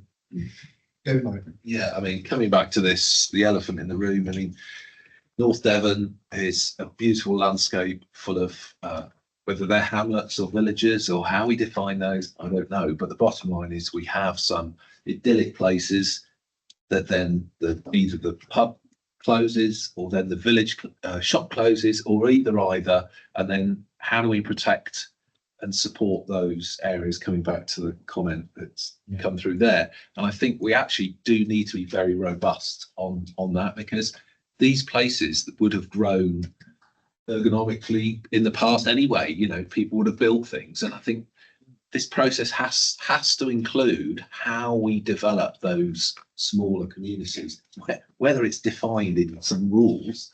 I think we have to work really hard to do that. You know, I am actually not from Devon, but the beauty of Devon is very clear, and those small places intrinsically are starting to either die out or have died out, and then the larger villages get housing and the others don't. And it just seems bonkers that we've gone around this process. I've been in planning meetings with Councillor Prowse and arguing whether the hamlet is close enough. I mean, it's years ago they would have walked, and they wouldn't have cared whether it was 10 miles or 5 miles, would they? They would have walked. You know, and they would have walked to the school, or they would have walked to the church, you know, and it could have been even 15 miles. They used their legs. There weren't any cars. So, you know, there needs to be some sensibility in the decision making, and how we can bring that together, I don't know. Yeah, I think those as the red rural areas often have to argue that sustainability of a community is as important as the need to travel for something. Quite right. Councillor James, and then Councillor Coombs again. Well, I would just like to, as you know, I've been banging on this drum for so long, I've almost resigned to the fact that the government is urban thinking, and they're not worried about the countryside, the village, the life of our young people, the opportunities. And previous planning policies has already done this by not allowing some villages to grow when we only had 5 in College that were allowed to grow at one stage. We saw the shops close, the schools close, and then they say you need sustainability, you need a shop and a school, but they closed because of the previous policy, and I despair, to be honest. I don't quite know what the answer is, because nobody seems to listen to it. But what I've heard is exactly where we are. Is that, you know, I'm finding that if you've got a village, it doesn't grow in top for the young people. You get a lot of retired people. That can be good, and we have seen it in my local village. It's been a split, but also all you're going to end up with is more elderly people suddenly realising they're remote. They haven't got any young people around them, and this just becomes a social problem as well as a housing problem. Thank you. Thank you, Ken. Becky, Ken. That's what I was going to say, and I wonder where we can bring that in, and maybe we need something from education, some type of statement, because doing this is closing our small schools and not allowing them to thrive, and doing this is just going to do that even more, and it doesn't suit farming families that need to have schools close by to be able you know, to go to there and have the networks of maybe family being able to collect from schools and stuff like that. In the past, it's been the two teacher school, the two class smaller village schools that were in crisis, but now the bigger ones are really struggling to keep their staff, keep four classes going, certainly in my village as well. So yeah, you know, that Councillor Ricky Knight at the back. Yes, thank you, Chair. This could well be a question for the thematic working group that I'm in or we're in. It's clear that the NPPF is designed for growth. Now, I have a problem with that word. It's not a personal problem. It's just that it leads to that sort of suggestion that growth is sustainable, which to me is a bit of an oxymoron. What is front and centre? Is it the environment or is it building houses? I suppose this is a question, and it's a difficult one in a way. In terms of developing estates, etc., and residential buildings and industrial estates, is BNG the only option for us? Is it the only compensation for what is going to be 1,300, 1,500 houses a year? Frightening thought. I think it's difficult to answer that now. Yeah, appreciate that. Yeah. There are elements in there around protecting the environment still, in terms of landscape and such like, and also in terms of biodiversity. I think they are clearly moving to a more rules-based approach. I think biodiversity net gain is clearly their chosen mechanism around that in terms of habitat compensation on sites. When you set aside all of the sort of international legislative requirements, etc., around protected sites, etc. What more we can do, I think, is a difficult question to answer. I think we need to delve into that, and you're right. I think we'll push back against that to a degree, and that we need latitude. We're one of the things we're blessed with here is we've got the biosphere, and we've always used that as a tool to allow us to explore and innovate around that, and not renege on our requirements to plan for growth, but to do it in a different way and to bring in things in a different way and to experiment. One of my concerns is that it's very rule-based and that we won't have that latitude to be more creative and experiment and support some of those maybe more innovative things. So I think I share your concerns. I understand your question. If we can tease some of that out in terms of giving us some more flexibility around that and bringing the biosphere in, for example, then we can look to do that. Could I just take Councillor Leather? Then I wanted to pick up about the target for small and medium-sized sites and the conflict against allocating big chunks, because the big chunks have in the past produced lower levels of affordable housing than actually the smaller ones. So I think there is a debate to be had there. I know it means a lot of extra work, but providing smaller or incremental large sites that have got specific policies on each area that would allow them to be developed separately is something I generally support as a principle. But Councillor Leather, and then I got Councillor Hames and Councillor Barry. Thank you, Chair. Well, listening to colleagues, I think it's, as I believe the NPPF has proposed, is certainly going to be more prescriptive. And I know Ian said that still a local development plan will be the starting point for decision making. Actually, the NPPF is going to be the starting point in reality. If you don't comply with what they're going to put in there, you've no chance with your local plan. The other thing is, and I think Councillor Coombs has said, that they just don't recognise the rural areas at all. They never have, and they don't do. I think they like to corral everybody into urban areas, towns and cities, but they certainly don't understand rural areas. And I think the presentation that we've had has been brilliant and very clear. He's done a good job with that, and all the officers who worked on it. But the government do not understand rural areas, and that's plain. We know that less decision making will be taken by plans committees in whatever councils come forward, whatever unity there might be. So again, it's taking decision making further away from local people in the in the proposals in the NPPF. It's disappointing, it really is. Councillor Thank you. Yeah, I share Councillor Knight's concern about biodiversity and particularly national government's or recent announcements about weakening that on certain levels of development and offsetting, etc. Also, just wondered whether Ian is sort of what he thinks about the climate provisions, whether they're strong enough yet, and whether requirements to reduce emissions within developments are strong enough.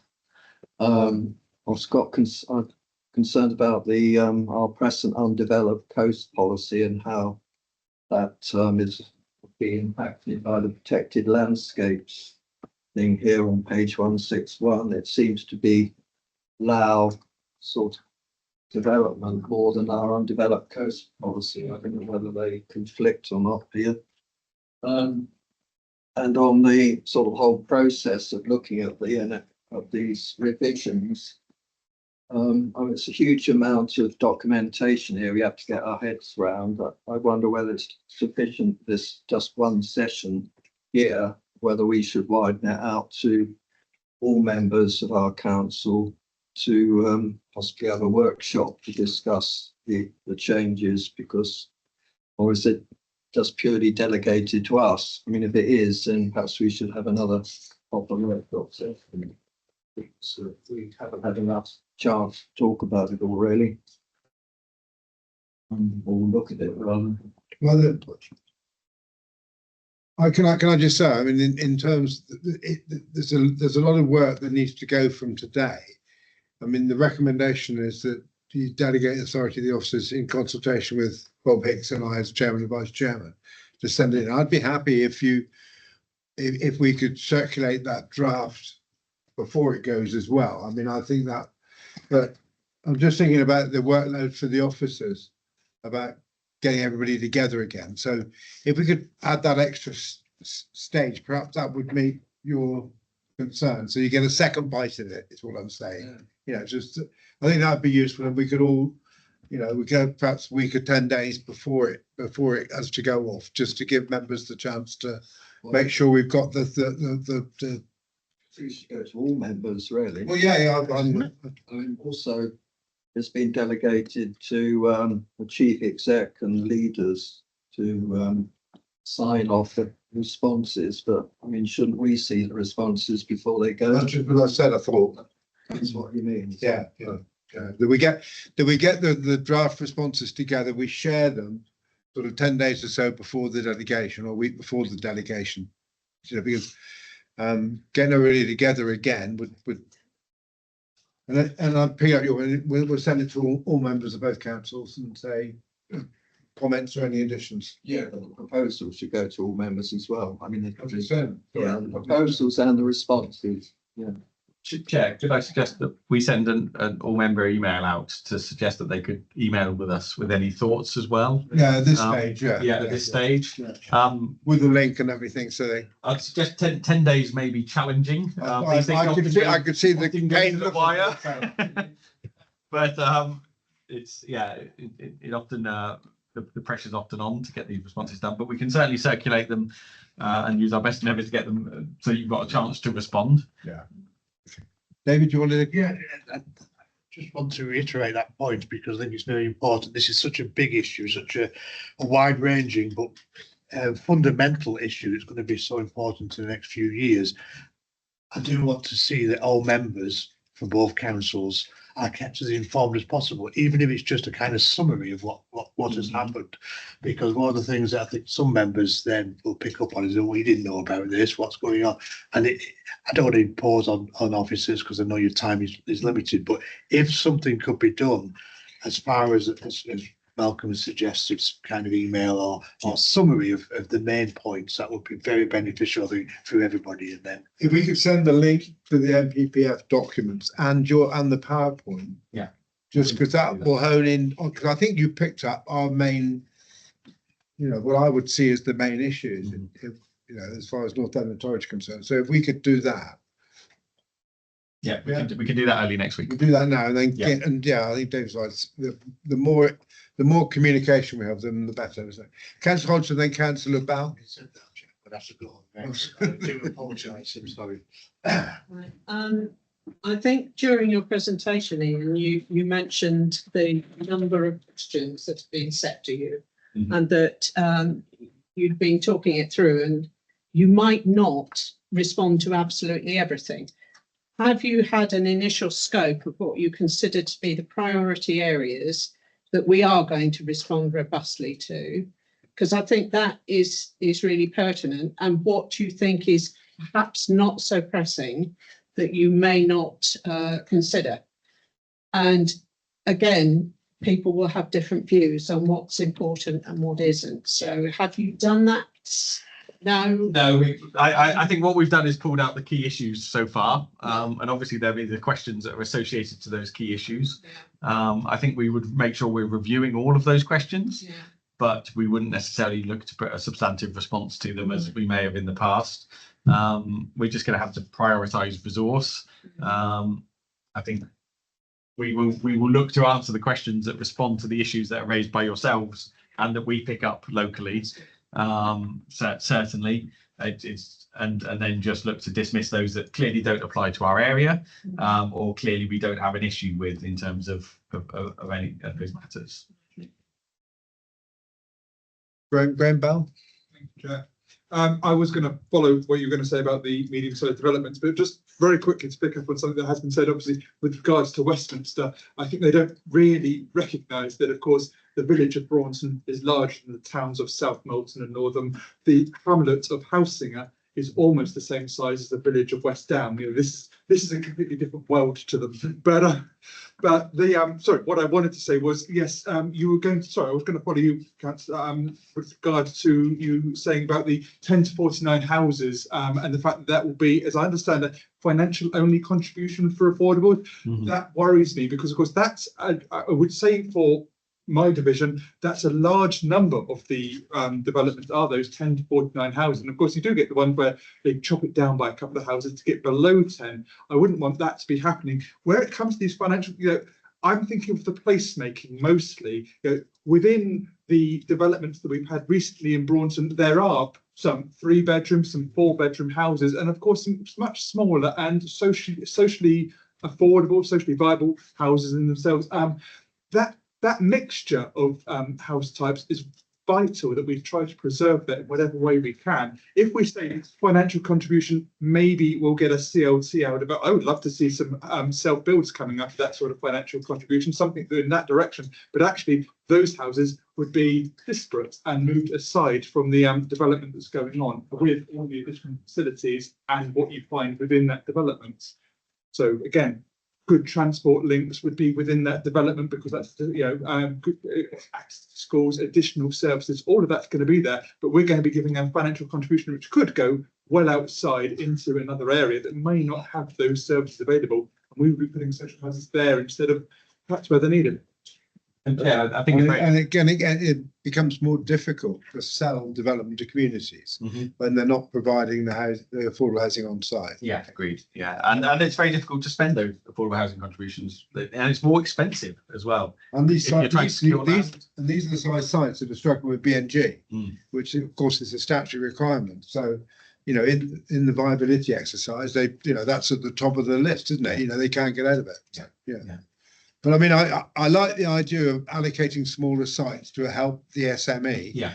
But you guys know how that can be done. I mean, can we still say here's a site for 400 houses, but then do it in phases?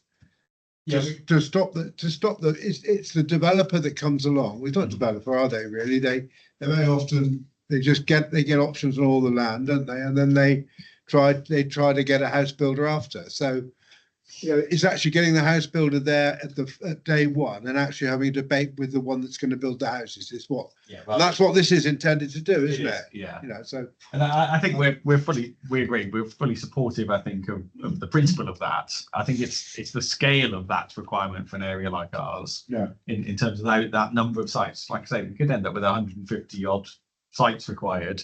to meet 20% of your housing requirements. Now, Do you need 3 or 4 lots of 120,000 then to get on with the plan? and this is it. Yeah, it's the scale of the requirement around that, and also is that realistic? Are we also undermining the delivery of infrastructure associated to that? Obviously, we're still going to need the very large sites, given the numbers. So you're still going to need another 15,000 homes delivered on larger sites as part of that. Now we may be talking a 15-year plan probably, which will bring down that scale slightly, but it's still significant. But I absolutely take your point, and I think it's about finding that. For me, it's about finding that balance. Yeah. So we'll be more cautious and tempered in terms of that response. Councillor Maddox and Councillor Pinson. I was just going to say that I agree with Councillor Prowse, and everywhere should be shouldering some responsibility, like the smaller hamlets. I know it's difficult with the cracks and that, but it should be sort of so that I think that's one of the only ways we can do it in Northern Devon is smaller developments rather than just focusing on the bigger ones. Yeah, and I think you're absolutely right. We're going to have to see allocations in villages, what would be our local centres, villages, and we need to have that conversation about how far down do we go in terms of those allocations. What's realistic in terms of our plan making programme, but also what do we need to do to make these places sustainable, to keep them alive, and for them to do their bit, as you say.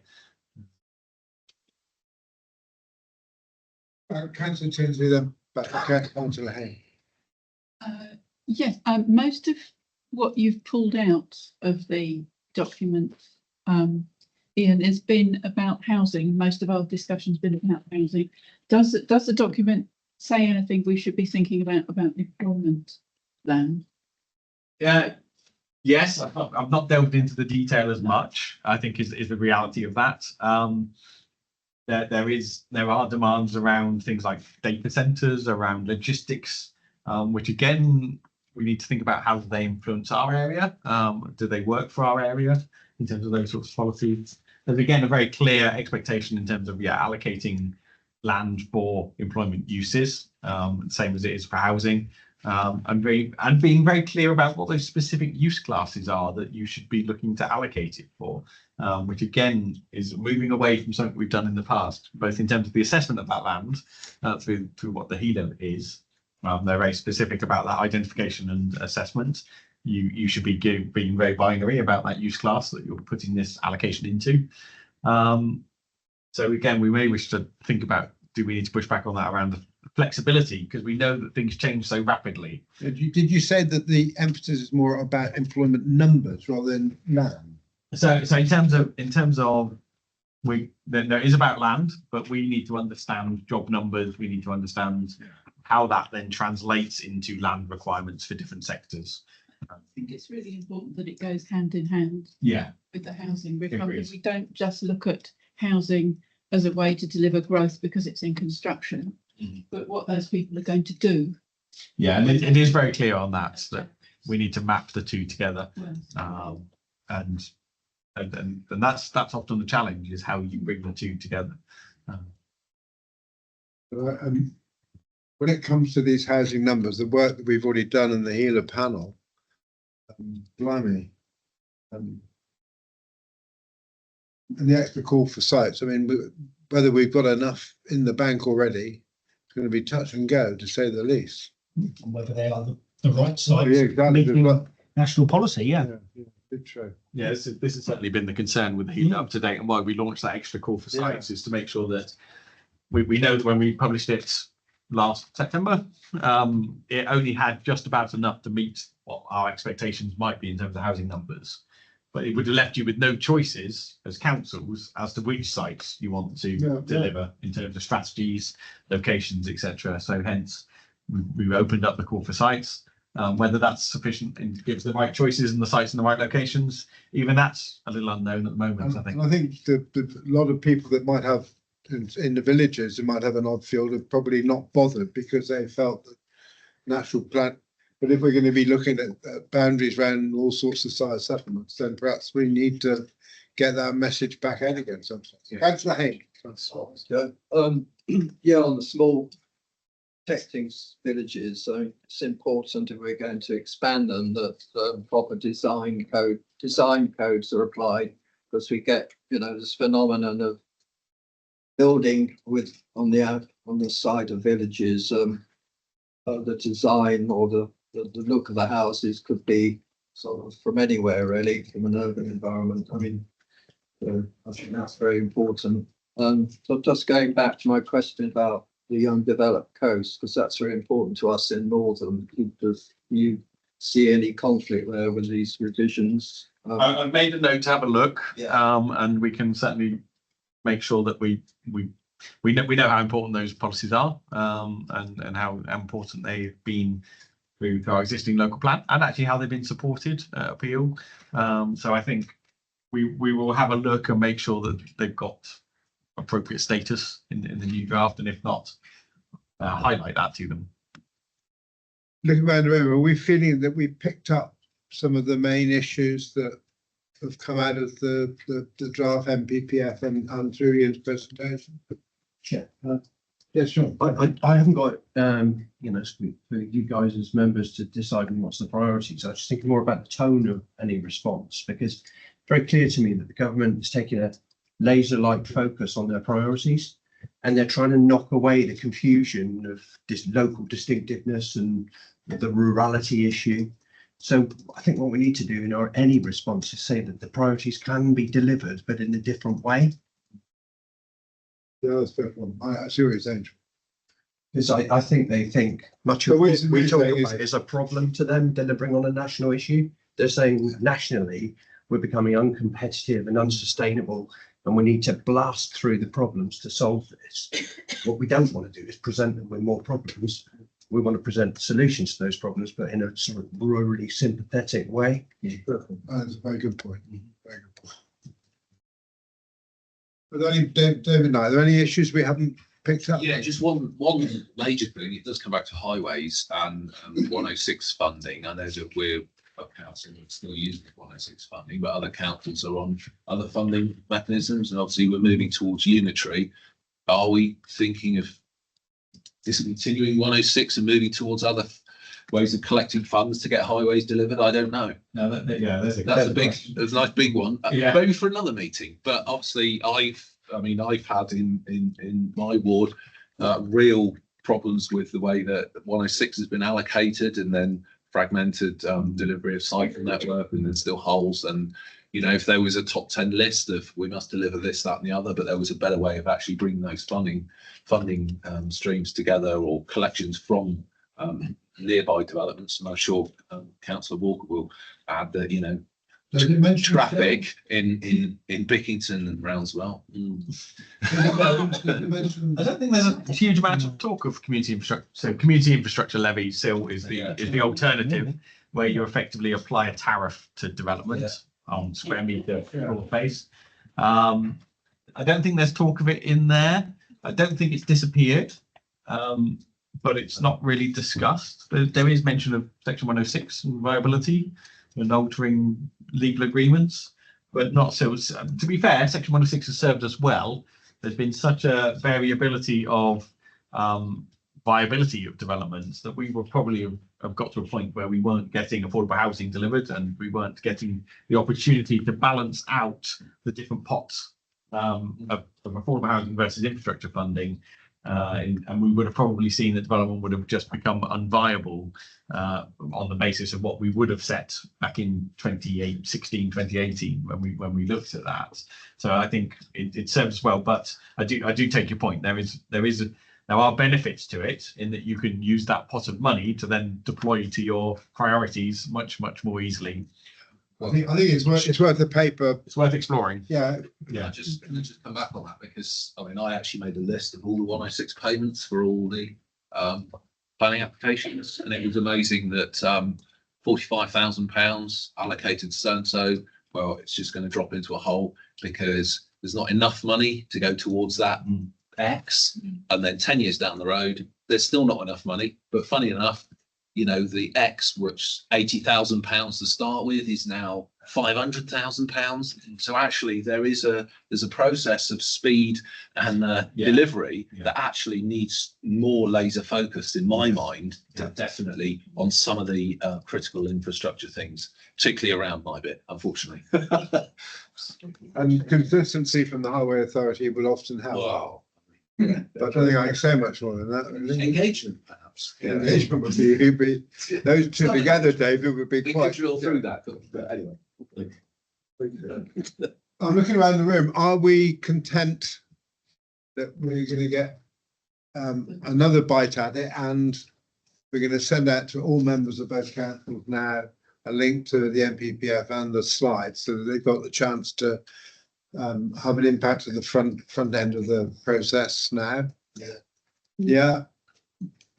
Quickie. Yeah. But what's up with you backbenchers over there? The recommendation that the individual councillors respond individually or send statements or recommendations back to you, Ian. Send back to us as a planning policy team. Okay, and I think we need to pick up. There needs to be some sort of covering statement or find an answer to one question in there that puts those points succinctly. Graham, you want? Thank you. Two quickies, and I've forgotten one of them already. So the 4-month initial opening gambit phase, we're starting that in June. June. End of June. I was going to say, obviously, I recognise the comments about how busy you are and how hard you work and how long these things take, and they are much different in the real world. So June and not April would be one sort of little. I assume that June is the absolute earliest we can bring it forwards, and which I know you're going to nod to. Thank you very much. My other point was that was it. You mentioned towards the beginning of what you said about the getting rid of the duplication, which is fantastic. I think that's very important and very good, because I've read the whole local plan. It takes a long time. It's great. Bronson Rural, my division, has 2 neighbourhood plans. Are we going to really adopt the neighbourhood plans or find a way of really working those into the local plan? Because of course there will be duplication there. It'd be great, and I know that the Torridge district has 2 neighbourhood plans as well, just really emphasising, highlighting and bringing them in, and of course any other neighbourhood plans coming forwards, finding a way of working those into the local plan would be really, really valuable to those communities. Really your thoughts and reflections of whether we can build that into our request. So I think we need to work with those communities to see whether or not there's an appetite to effectively absorb their proposals into the local plan. We need to see whether we can do that within the new MPPF framework, and whether that's the right thing. But I think we're very mindful of those neighbourhood plans. The communities have worked hard on them. They won't drop away. They will still be there. If there's conflict with the local plan that then comes in, then the local plan would take precedent.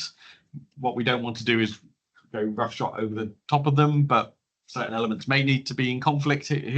I think the answer is, I don't know the answer, but that we are mindful of those neighbourhood plans and those communities that have worked on them, and we'll see to try and find a way that works, so that they're not just trampled on, I think is the best answer. Again, I've been alongside. Thank you. The next meeting's in April, and I'm sure a lot of the timetable issues and how we relate to other to parish councils and local members more. We'll have the chance to talk and expand on them more then. Chair. Yeah, councillor. Item 3 on the recommendation. I'm happy to move that recommendation in total. But could we not have, once the deliberations by the office of the chair and vice chair of the committee have been formed, could we not just have a Zoom or a Teams meeting of this committee? I mean, I'm in agreement that the response is sent to all members of both councils. But this committee, the JPBC committee, is the one that has been tasked by both councils with taking the new plan forward. Could we not just have a meeting, if it's easier, on Zoom or Teams? Yeah, we could put days before. Yeah, 3/4 an hour aside. I'm quite happy to do that. Yeah, with Bob. Sure, I mean, don't you need to change the wording? I go on to, for instance, together with all members of the two councils, provide a steer. And on 3, to prepare and submit a formal response, or before that, in consultation with all members and this JPPC, something like that, to make it clearer. Sure. You know, sorry. I would just point out that the joint planning policy committee We're was the established ones that have got to do it. by councils. We've got to do it. Can you not trust us to carry out and do what's been suggested, and we'll put that together for a quick Teams to Yes. just to touch base before it goes in. Yeah, but I think importantly is to get other members to understand what's going on now, isn't it? To get them engaged now, and they may not many of them will respond, I'm sure, but at least they've had the chance, haven't they? So Yeah, so just to add, we will commit to sending that email out early next week in terms of with the slides and the links, and we will look to get an online call with yourselves as a committee just before submission, after we've got a draft prepared and circulated. Super. Bob. Yes, I've got one small item which needs to be discussed in part 2, referring to the part 2 of the minutes. And I don't think we should be doing it when you two. Yeah. That's what you got. This is the third bomb they found in Devon this week. Because we've actually agreed the minutes, but yeah, I mean, I've agreed the minutes. I'm not arguing with the minutes. I'm sorry saying, Bob.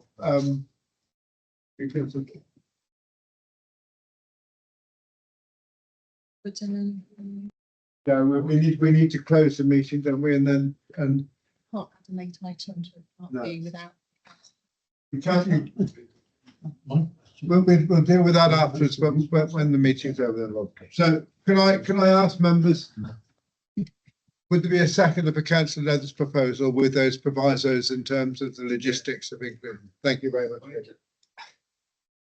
Sean Kearney's just said that this is up to this. It's been delegated to this committee to look at the NPPF, but it's not actually about the local plan, is it? It's really, it involves all councillors, I would have thought.